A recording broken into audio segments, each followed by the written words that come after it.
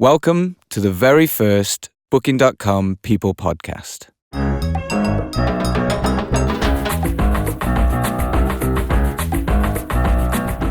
In this podcast, we'll be talking to Sawyer. Hey, I'm Sawyer. I'm an MSD and a senior developer. And Pavel. Hi, my name is Pavel. I've been at Booking for about 4 years now. Pavel is a senior data scientist. We'll discuss all sorts of things from killer robots to machine translation. I will tell you now that it was a field recording and we were in a very hot meeting room in the Tel Aviv office, so you may want to crank it up just a little bit to get that audio quality. We will be chatting for around 30 minutes with a little musical break in between. And I will give you a little outro because I forget to say thank you to Pavel and Sawyer at the end of this podcast. And tell you a little bit more about what's coming up in the next podcast. There are some people who have a genuine fear of machine learning and what that means for, say, their job security. As the people creating these machines that are, going to take over the world, how real are those fears? Maybe I can address this. So machine learning, you can think of it two different ways.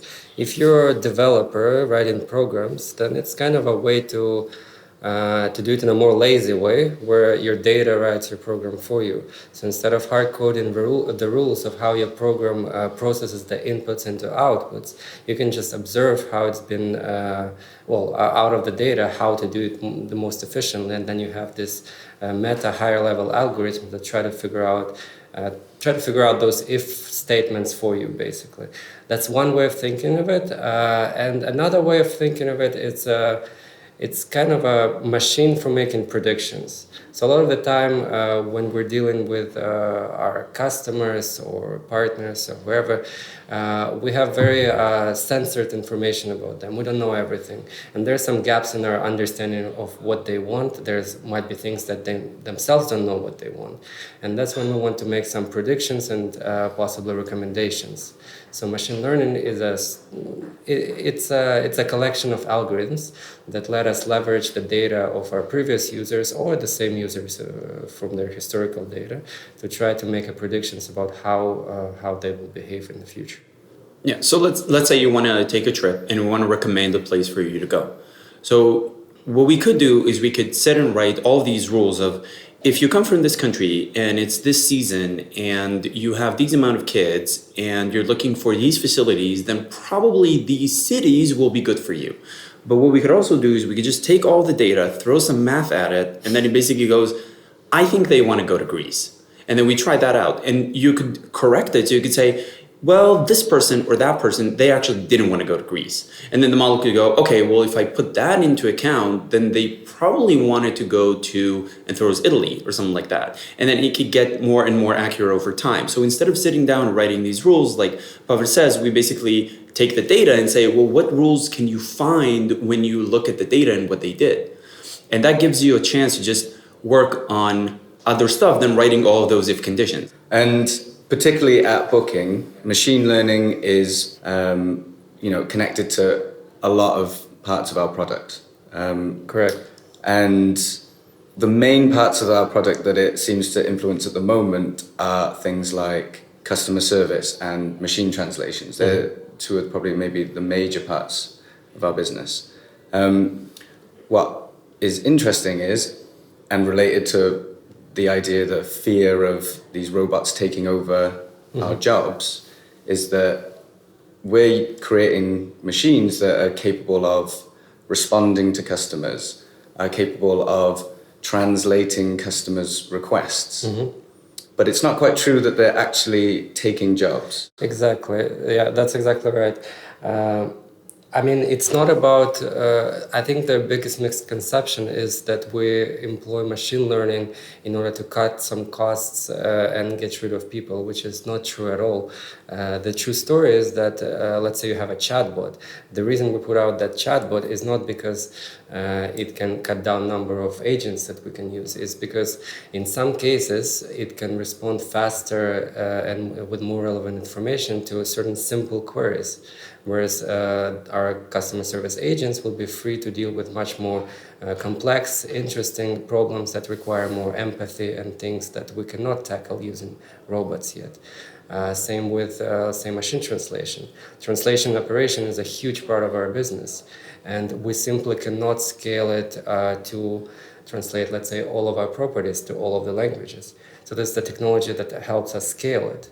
And again, in certain cases, our language specialist translators would be free to work on more interesting problems like correcting the translations or changing the style of translation, things like that. Yeah. So let's say you call customer service because you want to know where your check-in date is. So you wait on the line, which is a waste of your time. And then you get a customer agent who just has to look up the hotel and tells you what the check-in date, which is a waste of their time. Meanwhile, there is another person, maybe a family member, maybe a colleague, maybe someone else in the world that you know, and they want to contact customer service because they have a critical problem, which is more than just when is the check-in date, check-in hour, sorry. So to call customer service just for the check-in hour, well, what if we could have a tool that does that for you so customer service can deal with more tricky, nuanced, empathy-related problems where you really want the person, even if you were able to get a machine to do it. So those kind of things are what we can finally do by giving customer service agents a tool that kind of helps handle all of the smaller issues that don't need nuance, don't need a person, don't need heavy thinking behind it, that don't need empathy. Because it just wastes their time, and it wastes the time of people who come to the website, who come to us and need stuff from us. And the other perspective is obviously, if we can handle all of these small problems, well, what other big topics can we do? I would say it takes a village to bring a machine learning model into actual use.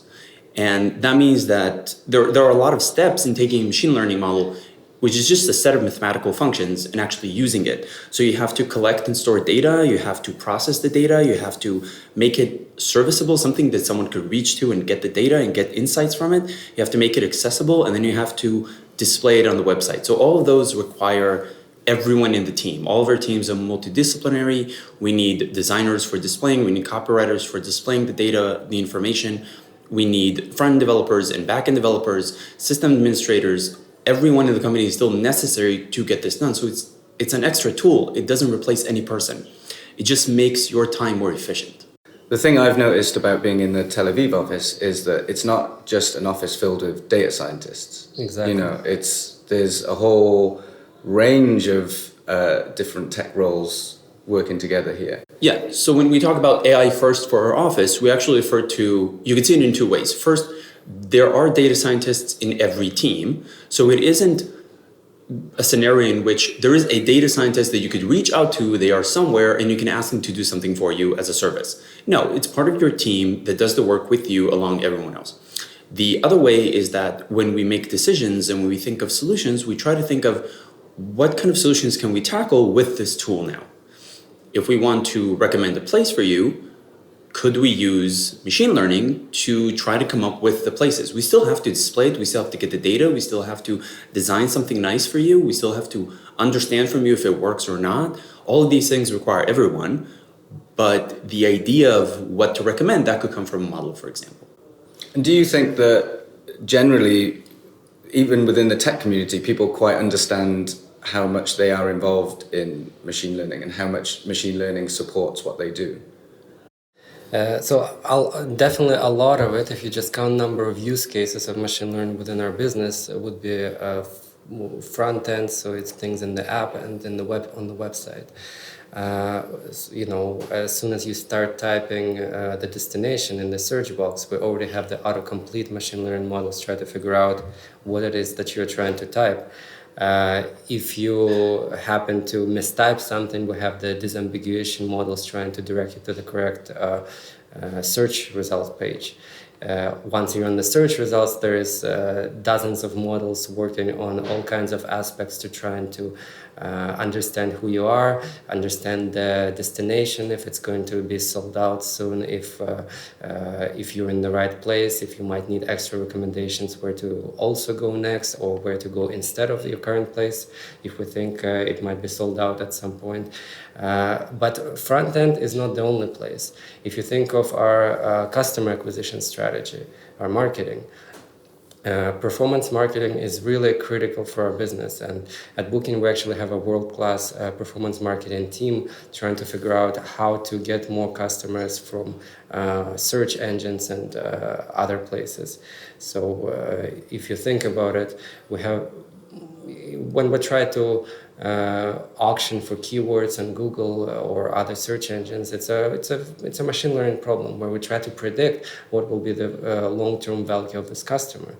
It could also be things like a decision that you want to make, but the machine learning model could help you understand when you want to make it. Like, who do you want to see this? For example, we might show you the hotels, and then we decide, you might really care about low costs because you're a frequent traveler that goes traveling around and you're looking for small places you could stay at because you're optimizing your experience for the attractions, not the accommodation. So maybe for you, we want to highlight prices. So a product manager could say, I think there are some people that care about the price and they don't really care about the facilities because they're just sitting there ducking in what they actually want to go and experience the city. And we should show them the price. But we can't do this for everyone. We need to decide whether you're that kind of person. A machine learning model could say, given all the information that I have and given all the history, you probably care about the really cheap stuff because you just look at it as a bed, and that's fine. Here, let's just highlight the prices.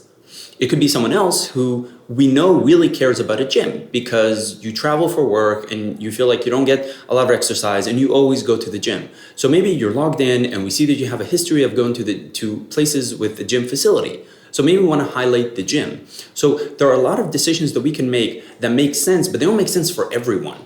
And that's really where machine learning can help us tease out the different segments, different types of people that really care about different stuff. And sometimes it's not just a general purpose thing. It's a really more personalized experience that machine learning allows us to give customers. So, and that makes total sense. But why is machine learning still almost it's not in its infancy, but why is it not more widely used for things? Why is it still something that's being developed and innovated? Why is it not as widespread? I think it varies by industry a lot, and for us at Booking, I think we're kind of ahead of the curve for a lot of these things. There's definitely room of improvement like any other company, but let's say the fact that we have our own in-house machine translation team is quite ahead of our competition. Everything is becoming augmented by machine. Where do you see machine learning taking us? So I think there are several kind of anxieties associated with this emergence of machine learning as a very powerful technology. One of them, as you mentioned, is people losing jobs. There's also all kinds of Terminator-like scenarios of machines taking over everything. It was a good movie. It was actually the first movie that I've ever seen, Terminator 2. Oh, wow. I remember that. So anyway, I think some of these fears are more founded than others. So I don't think the Terminator scenario is anything to worry about in the near future. The fact that we do something better is not in and of itself a bad thing. The question is what we do with it. Yes. So we could use machine learning for a lot of things. We use it to give you a better website that's fitting you better, that actually helps you more. We just want to do that better. And that's what machine learning gives us. From our perspective, it's kind of like saying a wrench would replace the person. Well, it doesn't. It just makes it easier for them to build something better. What if it's a smart wrench? A smarter wrench would also not replace the person because someone needs to operate it, I guess. But for us, one big misunderstanding I think about machine learning is that it's an entity, where it isn't. It's a tool, and we use that tool. So we still need the person who uses it. It's still used in different contexts. We still decide how we want to display information that it gives us. Most of our models, they just give us data. They don't really display anything. They just tell you, well, I think this person needs to see this part better, or I think this person doesn't need to see this again. I think this person cares about those kinds of things, while this person doesn't. That's all it does. And then we have to decide, okay, how do we use this new piece of information? And that is really what the models give us. They give us more information, hopefully more accurate information than what we would come up with. And they also tell us what they see from a set of data. That data could be a history of a person and how they use the website, and then we can optimize the website so it's easier, it's faster for them. It could be an image that a person uploaded or a hotel uploaded, and then we understand that better, so we can flag inappropriate content, for example. It could be voice, and then we can understand what you say, and then we understand from what you want, and we can help you with the very small, minuscule requests.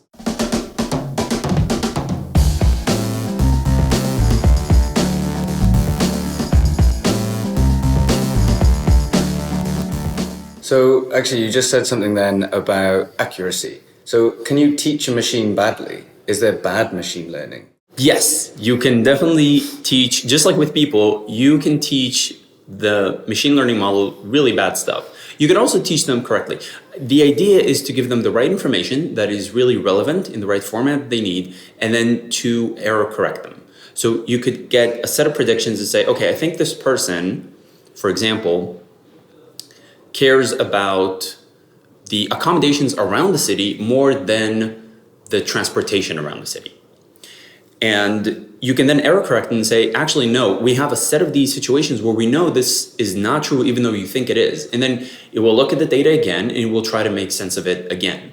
And that's what we would do. Or we would maybe add another feature, another part of information, just like saying, well, what about seasonality? What if we add what season it is? Or what if we add what month it is? Or what major events happened recently? Or what is the occupancy of the attractions around during certain times? And now it says, well, okay, now you give me this extra piece of information. Let me look at the picture again. So it keeps looking at the picture, trying to make sense of it, and then tells you what it finds. Yeah, so I think in machine learning we have this idea of a bias in your data. So if you bias your data towards the certain data set that you're using, then that's what it's going to learn. I mean, if our chatbot is learning from conversation where people scream, yell, and swear at each other, then maybe that's not the kind of output we want to put in front of our customers.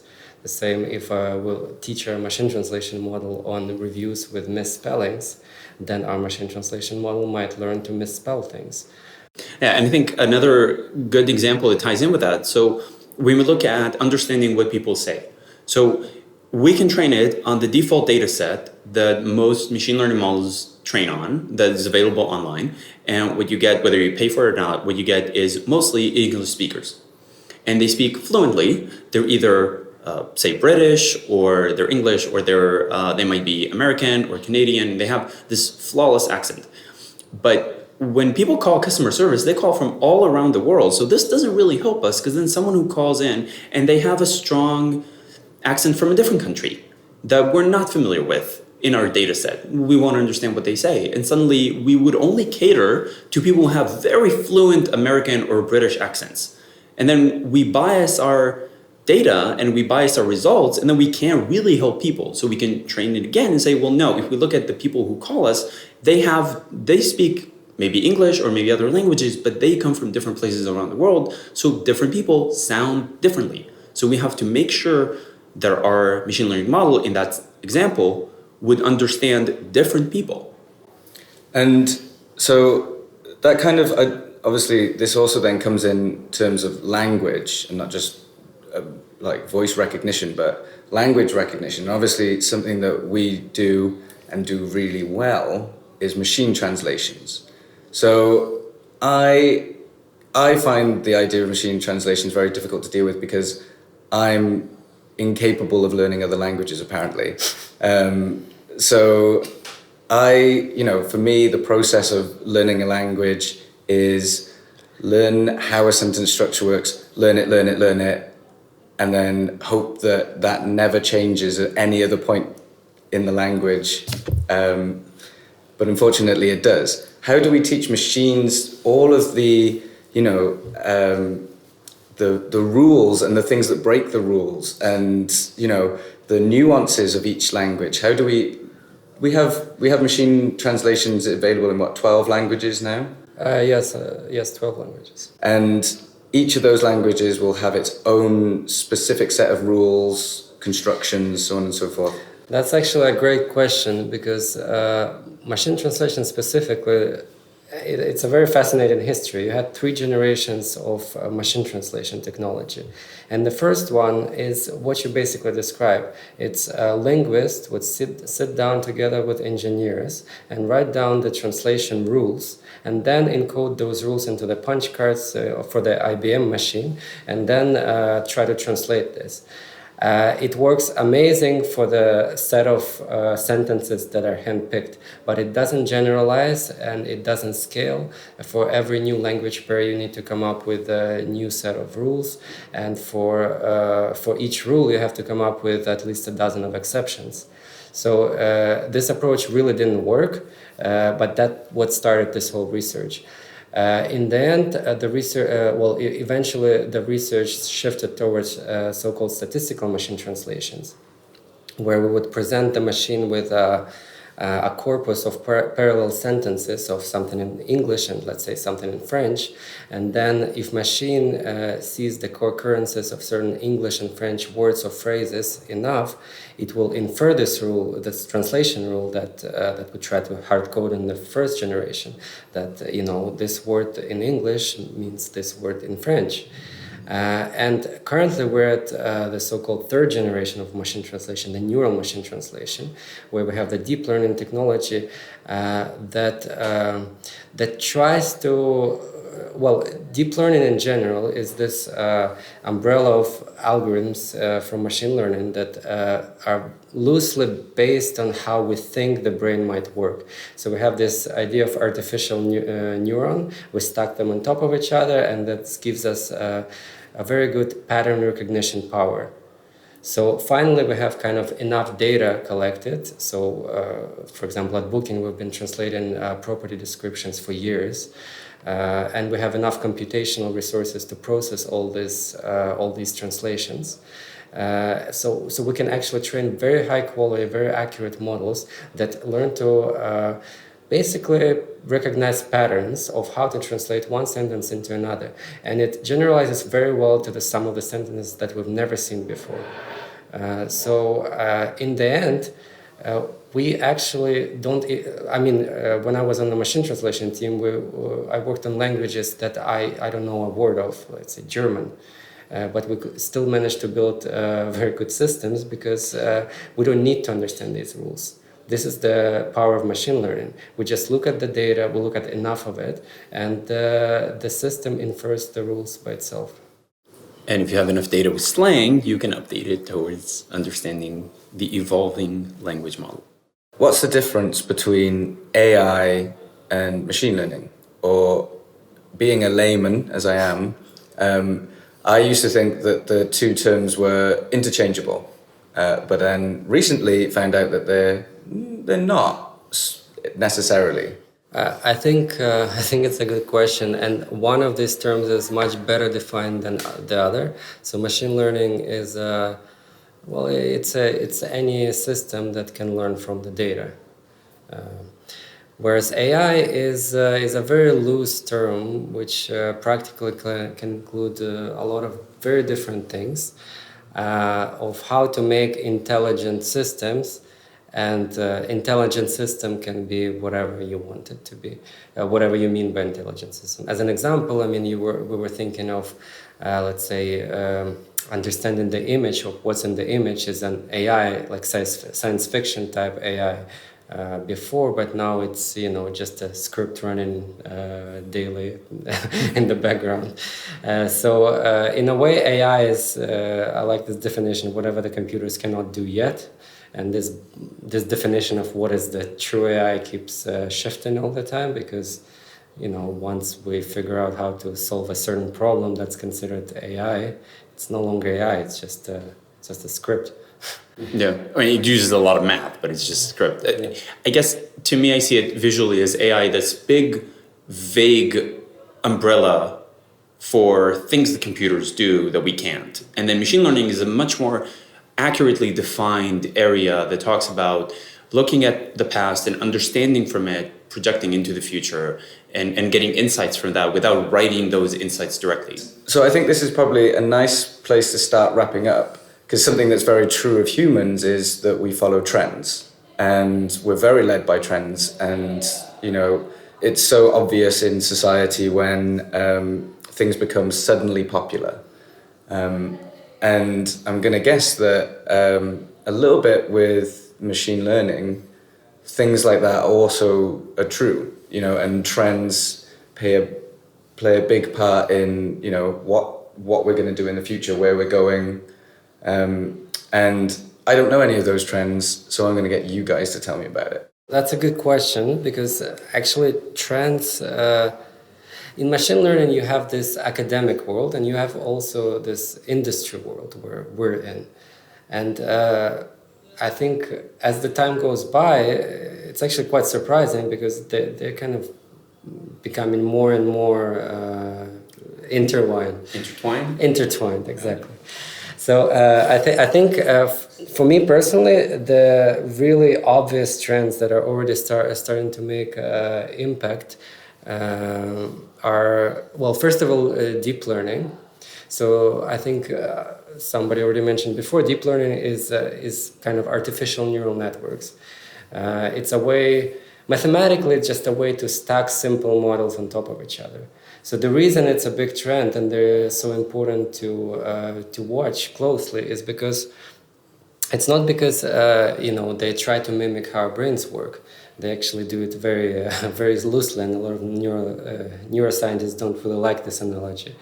But the reason is because they can build the representations of objects and worlds and the environment very well. So because you have these stacked models on top of each other, you can have a very high sampling rate signal as input, say image or voice or even language, or all kinds of things that are very, very complex.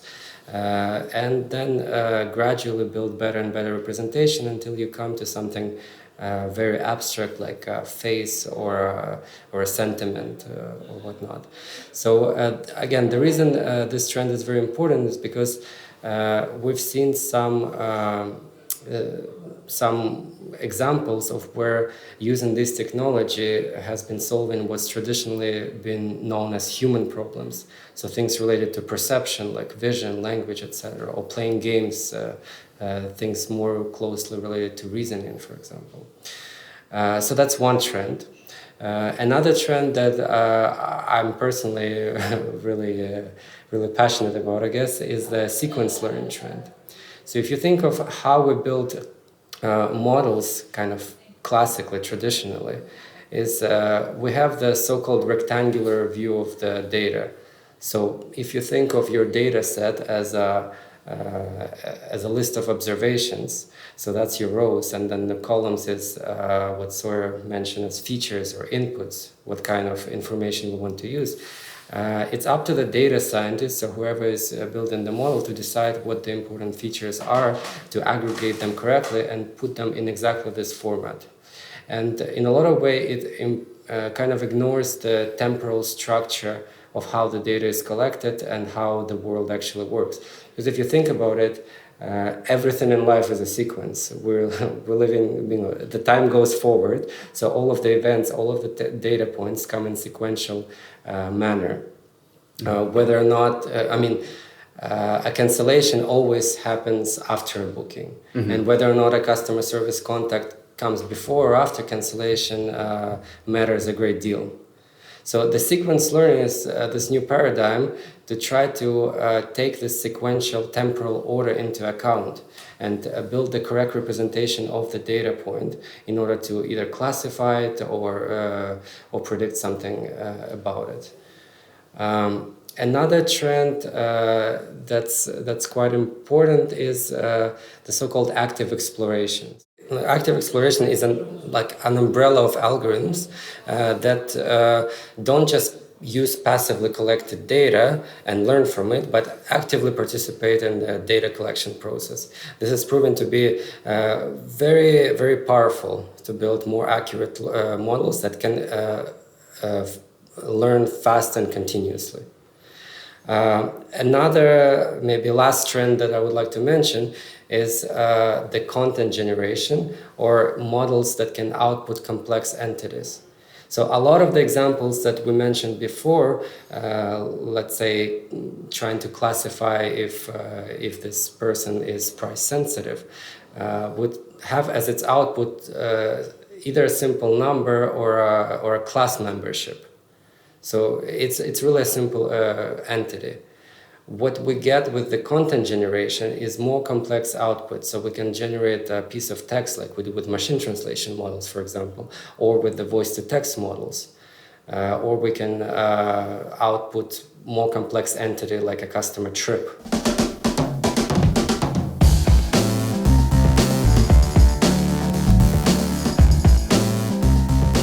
So you may have noticed I forgot to say thank you to Sawyer and Pavel while we were recording. I did thank them, but I'd like to thank them again right now and say thank you very much for your time, guys. It was a pleasure talking to you. Thank you to everyone who's listening. It may just be my mum.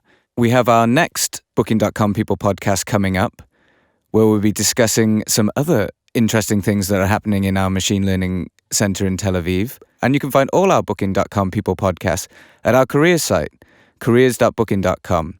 Just go to the blog page and you'll be able to find them there. In fact, careers.booking.com is where you can find all kinds of stuff out about our company, our people, our culture, and obviously our latest jobs.